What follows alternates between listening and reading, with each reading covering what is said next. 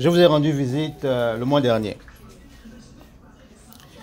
Et j'ai eu la chance donc de rencontrer votre maman. La maman de la Maison de l'Espérance. Et j'ai eu donc l'occasion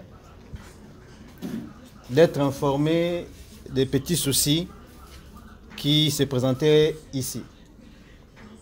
Aujourd'hui, nous avons décidé, mon épouse et moi, de faire un petit geste. Ce geste, nous le faisons avec le cœur.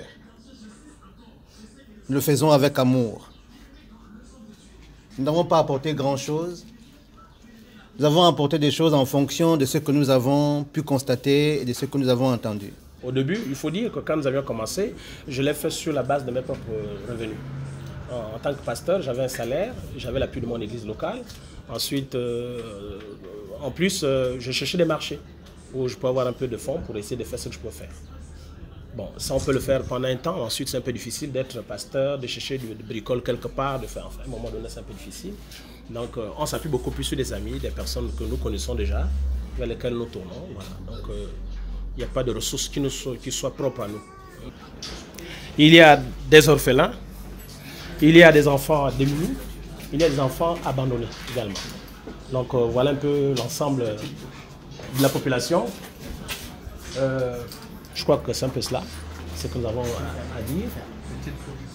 Nous ne bénéficions pas de, comment on appelle, du soutien du gouvernement, juste des personnes de bonne volonté qui peuvent nous assister. Donc voilà un peu. Dieu bénisse, papa pasteur. Cette année, il ne manque rien. Merci. Dans cette maison. Nos vifs remerciements, ça il faut dire que c'est là encore là aussi notre grâce. C'est Dieu qui fait. En ce jour, en effet, je vois arriver toutes ces choses hein, qui répondent à un besoin précis. Parce qu'en effet, ils ont eu l'occasion de discuter avec celle qui est gouvernante, on va dire ma femme, qui gère la maison. Donc elle a su exprimer certains besoins et qui, je crois, la réponse est là. Donc juste leur dire merci, que Dieu les bénisse. Être ici, pour moi, c'est une bénédiction pour vous. Pourquoi? Il y a beaucoup d'enfants qui ne sont pas dans des maisons d'accueil ou dans des foyers d'accueil comme vous, mais qui vivent dans des conditions difficiles. Vous ici, vous avez un père et vous avez des mamans.